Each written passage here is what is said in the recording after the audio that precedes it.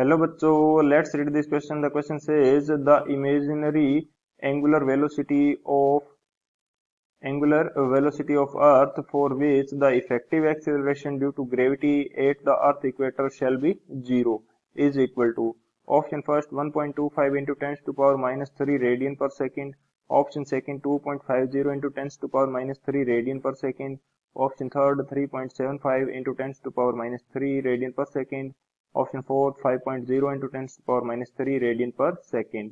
Take g is equal to 10 meter per second square for the acceleration due to gravity if the earth were at rest and radius of earth equal to 6400 kilometre. तो इस question के अंदर हमें बोला गया है कि हमें एंगुलर वेलोसिटी फाइंड आउट करनी है अर्थ की यदि इक्वेटर के ऊपर जो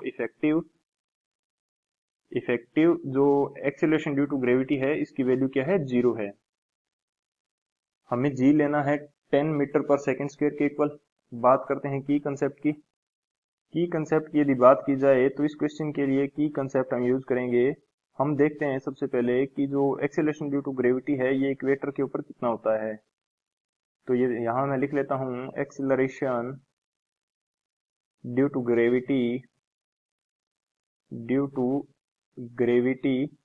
एट इक्वेटर. तो जो एक्सेलरेशन की वैल्यू है इक्वेटर के ऊपर यदि इसको शो किया जाए जी डैश से तो ये हमारे पास आता है जी minus omega square r cos square theta के इक्वल. यहाँ पे जी क्या है, acceleration due to gravity eight earth surface जब अर्थ क्या है, रेस्ट के ऊपर है. एंड जो आर है ये रेडियस ऑफ द अर्थ है, omega is the angular velocity of the earth and theta is the orientation of the earth at equator. तो ये हमारे पास है की कंसेप्ट. अब बात करते हैं सॉल्यूशन की यदि बात की जाए तो जो एक्सेलरेशन होगा इक्वेटर के ऊपर ये हमारे पास कितना है, जी डैश. तो इसकी वैल्यू फाइंड आउट कर लेते हैं. सबसे पहले ये हमारे पास होगा g minus omega square r cos square theta. Theta हमारे पास क्या है, ओरिएंटेशन, एंड इक्वेटर के ऊपर थीटा की वैल्यू होती है 0 डिग्री. कोस स्क्वेयर 0 डिग्री या कोस 0 डिग्री की वैल्यू हमारे पास क्या होगी, 1. तो कोस स्क्वेयर 0 डिग्री हमारे पास 1 आ जाएगा. तो जी डैश की जो वैल्यू है ये हमारे पास आएगी G minus omega square R. ये हमारे पास क्या है, effective acceleration due to gravity.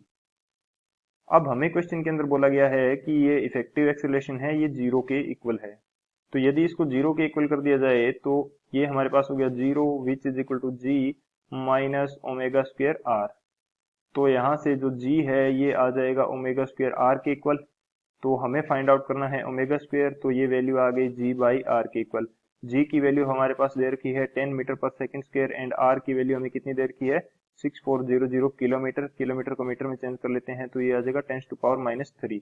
तो यहाँ से जब ओमेगा की वैल्यू फाइंड आउट करेंगे तो ये हमारे पास हो जाएगी कितनी, 1 by 640 into 10 to power 3 and ये सारा आ जाएगा रूट के अंदर. तो जब इसको सॉल्व करेंगे तो ये हमारे पास ओमेगा की वैल्यू निकल के आएगी 1.25 into 10 to power minus 3 radian पर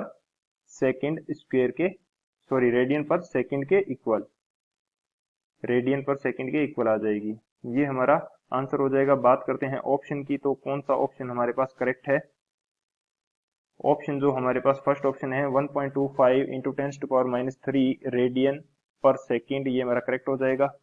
सो option first is the final answer. I hope you understood it well. Best of luck. Thank you.